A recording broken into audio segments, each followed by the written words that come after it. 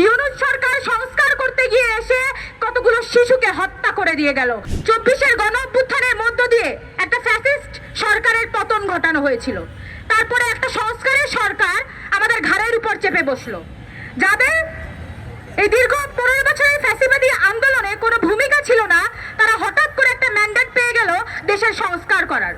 এমনই সংস্কার করলো যে সংস্কারে খুনি হাসিনা যে কয়জন শিশুকে হত্যা করেছিল তার থেকে বেশি শিশুকে হত্যা করে এই ইউনূস সরকার ক্ষমতার মসনদ ছাড়লো।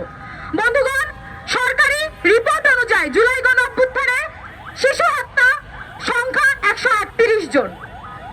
আর এই হামে ডক্টর ইউনূস খুন করেছে প্রায় 300-এরও অধিক শিশুকে। আমাদের সংসদে অনেক কিছু নিয়ে আলাপ হয়, আমাদের সরকার, আমাদের বিরোধী দল সকলে আজকাল একটা কথা বলে, তাদের সকলের ক্ষমতার উৎস নাকি জনগণ। বামপন্থীদের থেকে ধার করা কথা নিয়ে তারা ওই সংসদ পর্যন্ত ঠিকই গিয়েছে, সেখানেও তারা এই কথা কপচায় যে সকল ক্ষমতার উৎস হচ্ছে জনগণ। কিন্তু বন্ধুগণ, সেই ক্ষমতার উৎস, সেই ক্ষমতার পর্যন্ত পৌঁছানোর যে চেয়ার, সেটা তারা তৈরি করে জনগণের লাশ দিয়ে, শিশুদের লাশ দিয়ে। আমরা তাই দেখতে পাচ্ছি। এখন পর্যন্ত ওই খুনি সরকারের, ওই ইউনূসের বিচারের কোনো আওয়াজ আমরা এই সরকারের কাছ থেকে দেখি না। আমরা দেখি না কোনো প্রতিরোধের কথা, আমরা দেখি না কোনো প্রতিকারের কথা।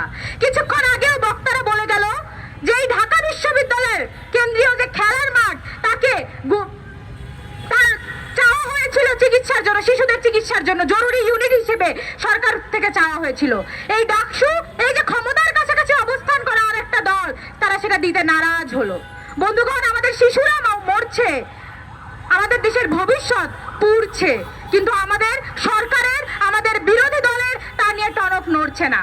আমি এই প্রধানমন্ত্রীর কাছে, বিএনপি সরকারের কাছে প্রশ্ন রাখতে চাই, যে বাবা তার শিশুর লাশ নিয়ে দৌড়াতে দৌড়াতে মহাখালী পর্যন্ত হেঁটে যেতে হয়, তাকে আপনারা আসলে কোন কার্ডটা দিবেন? ফ্যামিলি কার্ডে তার হচ্ছে না, কৃষক কার্ডে তার হচ্ছে না, এলপিজি কার্ডে হচ্ছে না, তাকে কি আপনারা আগামী দিনে সান্ত্বনা কার্ড দিবেন? সেই সান্ত্বনা কার্ড জনগণ চায় না। জনগণ ওই ভিক্ষা দায় সারা আর চাচ্ছে না, জনগণ চাচ্ছে বিচার। শিশুর লাশ নিয়ে যে মা বাবা দৌড়াচ্ছে, তারা চাচ্ছে বিচার। সেই বিচারটা নিয়ে কেন এখনো আলোচনা উঠছে না? ইউনূস সরকার সংস্কার করতে গিয়ে এসে কতগুলো শিশুকে হত্যা করে দিয়ে গেল।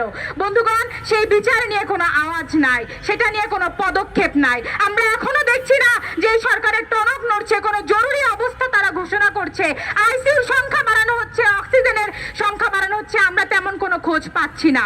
এই শহরের, এই ঢাকা শহরের হয়তো বা কিছু না কিছু খোঁজ আমাদের কানে আসে।